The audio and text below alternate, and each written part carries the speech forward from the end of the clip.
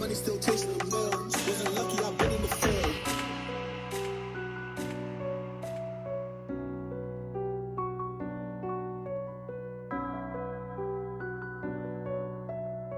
Got money still chasing the mill. Wasn't lucky, I've been in the field.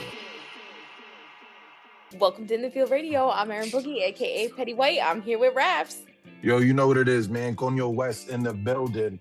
In the Field Radio, 91.3 FM WVKR, Poughkeepsie's independent radio. Ow. Yeah, what's the deal? What's the deal? Here we ask the topics that need our absolute attention, all right? Why is Newberg in the Epstein files, okay? Why? Is Lauren London really abstinent since 2019? Who needs this unfiltered advice that we got to give today, man? What's going on with you? We're coming off of Valentine's Day weekend. Big shout out to all the couples out there that were celebrating their love. Did you get into anything this weekend? Yeah, I went to see Valiant. Happy Valentine's Day to all who celebrate. Ooh. What's your favorite joint? What's your favorite joint you got? Passenger Princess. I'm playing it at my wedding. Okay. I like that. Oh, man. That's dope, though. That got to be a good show. Always. I would quit my job and follow him around. Bring groupies back, the real groupies. Yo, roadies. 100%. Oh, roadies. That's what they would call them. They were roadies. Oh, man. I was DJing over at House of Birria, man. Good people, good vibes. Yeah, I was really on a hosting. I'm a hosting. Wait, tip. time out. Go Tell ahead. me about the games. Was the people there? Did they show up? So I was playing some games. A lot of couples. But we was doing, like the green light, red light, yellow light bracelets at the door. So, depending if you was out there with your love, then, we would get into it, playing some games, asking you about your relationships. Did the girls show up for Rapz? What was that?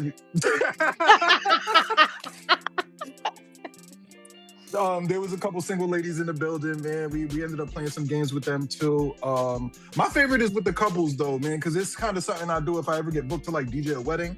You know what I mean? Just a little bit of interaction where, I might roll up on you and be like, all right, there was a dude who requested a song for his girl, right? And I'm like, yo, extra points, da-da-da-da. Like, you know how the night about to go, my man on it, right?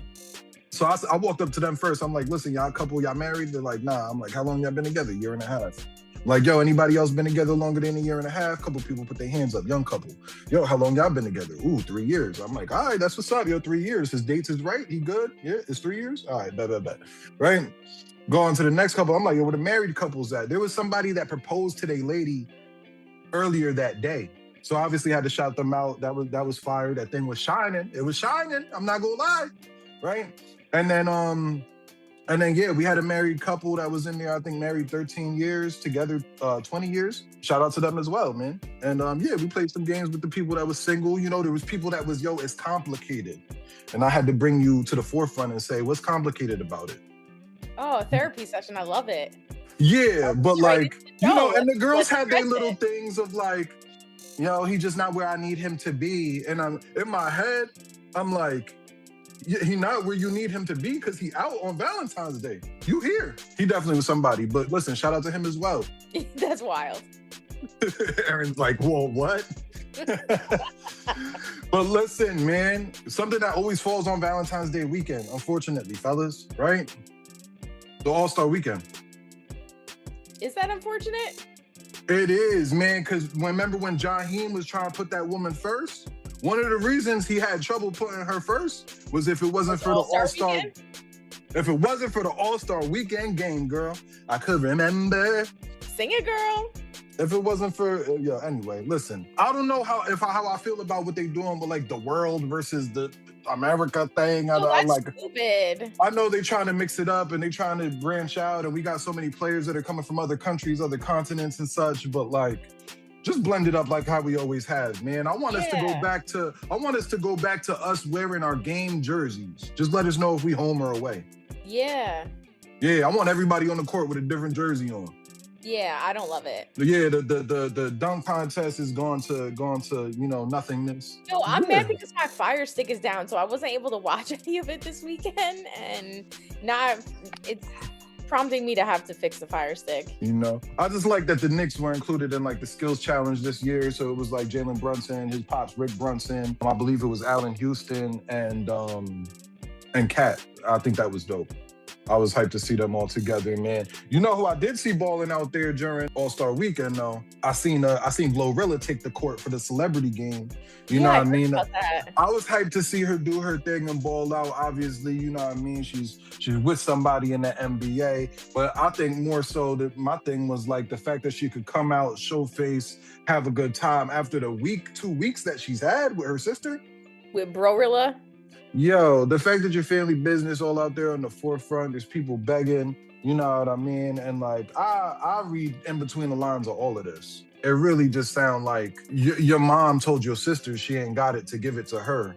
And now your sister think you'll be giving to mom. Like, you just think this an endless fountain you could drink from, but you know. I just don't like bring family problems to the public like that. Like, I don't like when family air dirty laundry. Yeah, you know, and to some people, man, looking out is never enough. Well, and that's what happened because look at Tory Lanez sent GloRilla money, and then she's still out here acting up in the media. And she bought a chain with it. Yo. And then was ordering. I heard her on her live. She was trying to order crab and like and yo. She trying to get caviar and champagne DoorDashed. Doing too much. Yeah, man, that's crazy. That's crazy, man. I'm just hoping they sort that out. It's looking like she getting more money, man. I heard that she was getting some offers to get on shows, but at this point, I'm hearing she got representation, and she charging like 20 bands for an interview. Oh my God. I don't know if this is true. They saying that she touched 200K last week. I'm not pocket watching or counting your stuff, but that's crazy. That's real crazy. Yeah, that's too crazy. On to other news, man. We could keep it basketball. Why is Alfonso Riviero holding James Van Der Beek's head like a Spalding, like Kobe with the trophy, on his deathbed? That's yo. I sent that picture to my friend, and I said, if we don't take a picture like this on my deathbed, are we even friends? Why are you palming his scalp like the NBA official ball? Like why? That's wild. I mean, they did say that, like, you know, I think his James Van Der Beek's wife came out and said, like, hey, Alfonso didn't take the picture. I actually took it for them. Yeah. So maybe it speaks to their relationship, man. And maybe it's a morbid thought or conversation, right? But like, you know, as mammals, as humans, we're the only living mammal that could think about life without us here. Like, only we have that brain capacity. Right? Yeah, well, I mean, it makes sense. Is this off limits? Do I have to tell you that this is off limits? I mean, I think it's funny, though, the way different cultures treat death, right? Like, let's go. Because I wanted to get to that. Go ahead. I'm gonna let you do your thing. Yo, because yeah, such a heavy topic. Because in some cultures, it's perfectly normal, and they talk about it freely, and it's not so taboo. Okay. And then, like, in other cultures, it is, and it's weird, and it's private, and they don't talk about it. So I guess it's really personal preference. So who are we to judge how he's dealing with it? And I mean, I guess if it's okay for James Van Der Beek's wife to take the picture and for her to okay him to post it and and it's okay, like he feels like it's okay, and that's how he needs to deal with grief, then who are we to judge? For sure. That was the very mature route of cultures. I'm gonna go run in the opposite direction right now. Right? Yo, so do you know in certain places, I've seen it in PR, I've seen it in the Dominican Republic, and other, you know, where they like prop them up and do all the they embalm you and they prop you up. So like put you on your motorcycle and do all that. So they'll put you on your motorcycle, they put you in your favorite jersey and on the love seat on the recliner. You know what I mean? Yo, like they'll have you out at the club and stuff. Like, have you ever seen those? Yo, if y'all prop me up at Midnight Ferry, oh man. Yo, Midnight Ferry. Yo, my family got all of the rights to put the beats on you, man. Yo, I'm saying I want to be at like Live on Sunday in a section. Like, I'm outside. Nah, man, that's crazy. And there was a couple times back in the day where I might have looked like I was propped up at Pineapple Larry's, man. But this was a different raps, man. This is 2010 me, and I've grown. No, I Yo, want. No, I have told many people this, so it will happen. I want many men played at my funeral. Yeah. Absolutely. No, I definitely want the vibes. I definitely want the vibes there. You know what I mean? You might gotta get I don't know, DJ D Nice to pull up. I want the vibes. I have like a very specific set of instructions for my funeral. Oh man. Yo, all right. So speaking of, man, we talking about the vibes that people listen, right? You saw last week that we ended up having Bad Bunny, and you know what I mean, certain people came out, Lady Gaga, all of this. But these are, remember the couple that was getting married? Mm-hmm.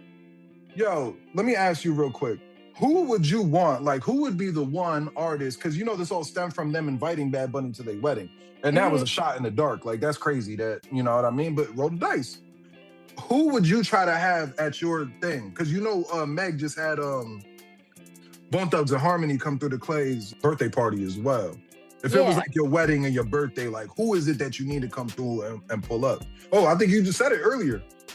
Valiant. I want him to play Passenger Princess. Listen, you see how everything comes full circle here at In the Field Radio, man. There was a lot of big things going on this weekend, man. We had an A Boogie show packed out, Radio City Music Hall. Did you peep this? I saw Fetty Wap's fine self come out. Yeah. Yo, we had Fetty Wap. We had Max B. Looked like he brought up Mary J. Blige. Everybody was there. And that's lit. That's big for New York. I love that. Don Q touched the stage out there. I saw that as well. And big shout out to Don Q. Actually, he just dropped his On the Radar performance with Goldie for Problem. So A Boogie's actually coming out here later this month, I believe. Are you an A Boogie fan? Yeah, I worked the A Boogie show when he was at the Chance 10 years ago. So it's kind of like a little full circle moment. A Boogie actually just dropped a project on Friday. Did you get a chance to check that out? I did not. Okay, so for those of y'all that haven't heard it, man, it's 6 tracks. The name of it is called Before Artistry.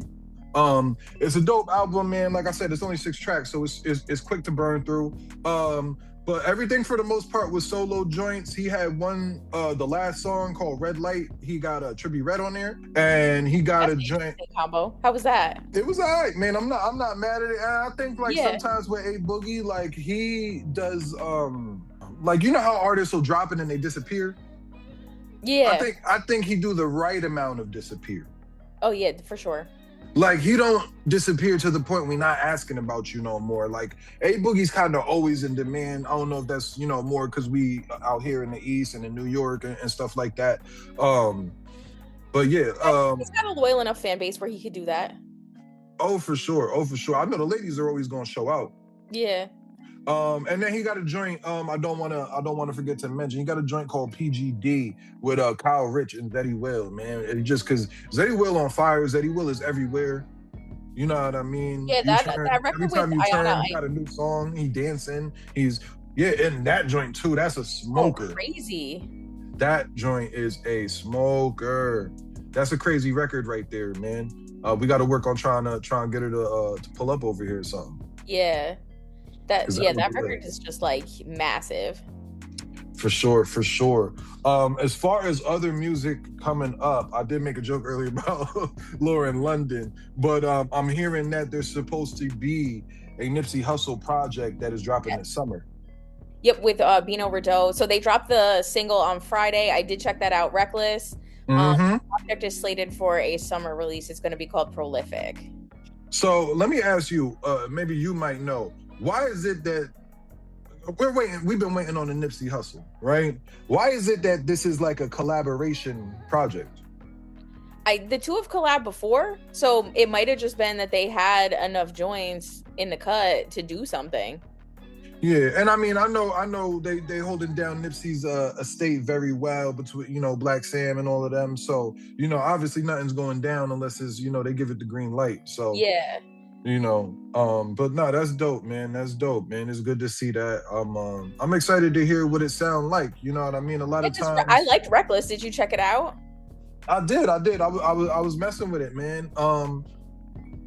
Certain artists, maybe sometimes we wait a little too long after they pass, or when you hear them, like a lot of the joints that we got a Mobb Deep album not too long ago. We had a Big L album that we got not too long ago. And it's really just sometimes we wait too long to give people their, their first posthumous project. That, I think this Nipsey, they ain't wait too long, and I'm really interested to see what it sound like. Yeah, I think with the, like with Big L and with the Mobb Deep project, obviously there's the nostalgia factor at play because it's been so long. But with Nipsey, I think you're still gonna get more of a current sound. Yeah, and some other projects I do want to make sure that I name, even if we don't deep dive them, man. There was a Waka Flocka Flame album that dropped. LeBron Flocka James, you already know how he do. He always stay with the with the a MAGA event this weekend. He did? Yeah. I ain't know that. I'm gonna have to check that out. It was MAGA in the Air concert. That was the name of it? Was that the one that MAGA in the Air? Was that the one that the baby was supposed to be a part of, and then he said he had nothing to do with that? Yeah. All right. So listen, they got somebody to replace the baby. That's it. But I do also want to mention another project.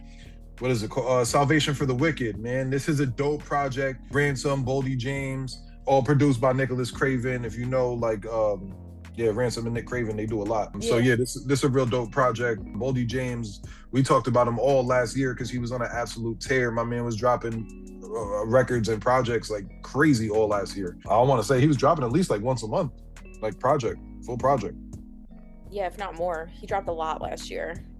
Oh yeah, for sure. Listen, I did have some advice. You want to go ahead and get to that? Before we move on, 4 and Dre dropped Dog Days and D Weathers dropped Wrote You This Letter. So if you haven't checked those out, definitely check those out for me, please. Let's go. All right, so I got this. That's why I wanted to read it, because this is 2 days after Valentine's Day. And the title grabbed me when I received it, okay? So we're going to get to this. The title is, right? The title, you're going to see why it pulled me. I don't know if I like my boyfriend anymore. Hey, let's get to it, man. I am a 25-year-old female, and I have been dating my 27-year-old boyfriend for 10 months now. I'm starting to write this on Valentine's Day. We decided to take a little trip to a nearby city, and he drank a little, and I smoked. I don't really smoke at all, and I kind of smoked a lot. While I was feeling the feelings of said smoke, I think something inside of me broke. I don't know why, but I felt like an outsider looking in, and I was disgusted. I was very uncomfortable around him, and overall, I just felt like I got 1,000 icks at the same time. It was everything. The way he walked, talked, scratched himself, the gifts we exchanged, literally everything. This was a very confusing feeling. Until this point, nothing has ever been a problem. He's always been kind, caring, funny, attractive, and he really takes the time to help me when I need it. I feel like part of this might be because my last relationship was a very physically abusive relationship, and I'm freaking myself out because my current relationship is so calm and nice. It's been a couple of days now since then, and I no longer feel these icks. I just still feel off. It's like a switch inside of me flipped, and although the light did turn back on, maybe one of the bulbs are burnt out. I don't know how to go about this, or if I should even bother talking to him about it. Any insights would be great. Maybe you guys have had similar experiences. And that's the end of it right there. That's heavy. Yo, for your shorty to decide she's not feeling you on Valentine's Day is crazy. Yo, not feeling him. That was like, she said she didn't like the gifts, like nothing. Like it seemed like she got like all up in her head and just. You know what it is? I want to start with, I'm glad that she included this, that she goes that she don't smoke at all and she smoked a lot and that he drank. Y'all was on 2 different levels from jump. Y'all went out of town. This is cool. That's dope. Y'all been dating 10 months. You know what I mean? Even that, you got to trust people you going out of town with. You know what I mean? So you do feel safe with him. I feel like we recently read something. Wasn't there somebody that wrote in a couple of weeks ago that caught the ick because they man got too drunk? Yes. All right. So that's what I thought. I was like, dang, this type's similar, right? That's why I was like, did the same person write it? Yeah. But yeah, man, overall, you know what it is? You get in one, I'll say it, because when I smoke before I go out, especially even if it's before a gig, I can notice the difference of like me being less personable. I might wait a little bit to get on the mic if I'm at the event. You know what I mean? Only because like it kind of makes you antisocial, let's be real. Yeah. And then, you know, while you being antisocial, usually a lot of the time the conversation is what distracts you. But when you sitting there and you're not saying nothing and you just overanalyzing, you're looking around everything like, oh dang, I noticed this, I noticed that. I'm noticing this now. You know, and yeah, that I feel like that's kind of basically what happened. And now she can't believe that she felt that. Yeah. So that's why she's stuck there, is my take from this. I don't know, you want to give her a little bit of insight, maybe help her out going forth, what she need to do? I feel like, like I said, I feel like she got in her head. But I also do want to bring something, right? She mentioned that her previous relationship was a very physically abusive one, and that she knows that she's probably freaking herself out. Yes. So I feel like that's a common thing. When you're used to being on high alert in your relationship, when you find one that's much more calming and peaceful, maybe in the past you would think that things are too good to be true and you're waiting for this horrible explosive thing to occur because you know it's always right around the corner for you. And in this sense, I think, you know, there is such things as girls sabotaging, self-sabotaging what they got going on because it's almost too calming. It's almost too chill. It almost seems like this shouldn't be the case. Boring's okay, man. That means nothing needs tending to. After getting used to chaos, and you're not used to calm, that can be super alarming to you. Hey, you know, it's totally normal to also date somebody for a few months and be like, this ain't my person. But on Valentine's Day, nah, you gonna have to wait a week or two. At least until March 1st. You know, and if he got you anything too fly, make sure you get that back, man. You know what I mean? I'm not gonna have you wear, you know, bagging dudes with the necklace I got you. Come on now. You know what I mean? Like it's gonna be like Rashad in ATL where he walks up and snatches it off the neck. Yeah, let me get that, Nunu. Yo, let me ask you, right? Like, what's like, right? Because for dudes it's different. Could you remember the nicest Valentine's Day gift you ever got? Yeah. Go ahead. Movado watch. Okay, all right. I thought you was gonna say Movado tickets. Yo, I wish. That's my baby daddy. Yo, I'm gonna be real. I feel like I really can't remember any Valentine's Day gifts, and that's not to say that like anything, like I never got nothing, but it's like nothing that's sick to me. That's like, oh shoot, I'll never forget this gift. Nah, what's going on with you, man? We was just talking off the air. You had some things you wanted to bring up. One of the hottest freestyles in the streets right now. Yeah, Sexy Red flipped Beat It by Michael Jackson. I don't even know if I can say it on the air what she flipped it to. It was yeah. Nah, I did hear it. I did hear that, man. What you think about it? I mean, I don't know how I feel about it. Okay. I'll get realistic and then we could joke. The reality is, man, I know when you hit the studio, sometimes you gotta like imagine you a basketball player and you go to the gym.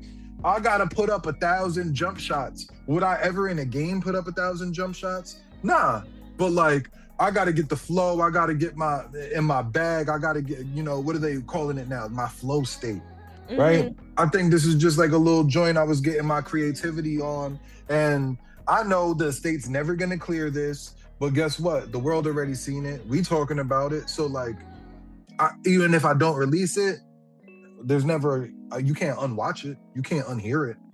You know what I mean? And now it makes great social content because and viral. And now I got you watching me for another 2-3 weeks as I really prep the song that's probably my single. So yeah, you know, I don't think anything wrong with this. I know the state has already spoken out like, listen, we ain't cleared nothing, so she ain't dropping. We're hearing more things about Cardi B. She did take a spill though this past week, and it's not the first spill that she's taken in the past 2 weeks. That's what I don't know what it is. Like she can't stay upright. I think it's the BBL is a little misproportioned. Yo, that wagon is getting to be too big. So the wagon be dragging. Yo, whole mess. So Cardi B, for the second time, took a little tumble off a chair during her Las Vegas stop of her Little Miss Drama tour, which kicked off earlier this week. After quickly recovering, the rapper joked that it was the government's fault. So she's been going back and forth with the U.S. Department of Homeland Security online after they commented on her past as a stripper. So she joked. It's crazy. She joked about macing ICE if they tried to take any of her fans at the Palm Desert stop of her tour, to which Homeland Security replied, as long as she doesn't drug and rob their agents. Hey. So this is directly related to the comments that Cardi made in 2019 about previously drugging and robbing men. Yeah. I don't really know what to say about that. That's crazy that, like, you know, I'm getting subbed by, like, Homeland Security's Twitter. You know what I mean? Like, certain things are just like, all right, who gonna be the more professional one here? To me, it was all that was crazy, but also, like, what's up with Cardi falling? Like, the first one was with the robot. She was trying to work on the robot and then just tipped over. And then she fell out of her relationship too. Ooh. And he just pled not guilty in the assault case with his former chef. Beat it. Yo. The jokes write themselves at this point. Yo, what's crazy is when we talked about it last week, we was just like, yo, why she wasn't celebrating. We really ain't have no news or context to the breakup or whatever they had going on. We just knew that they wasn't seen post Super Bowl. And we were talking about them breaking up. But it seemed like she threw him a party where nobody showed up to, not because they didn't win, but because they split up. It seems like my man had Offset's mistress there with his family, and I guess because they're friends, but too small of a world for me. You should know, read the room, bro. Read the stadium. And then he had his other baby mom there with their child. Now, obviously, I'm not going to knock the fact that you want your child to be present on the day that you may potentially win the greatest accolade you could win in football. But on the flip side, man, maybe there's got to be a conversation that's had that's like, yo, listen, I'm going to be here with my lady, you know? I don't know how many free tickets you get to give out when these tickets are like in the hundreds of thousands. Oh, man, listen, we got to go.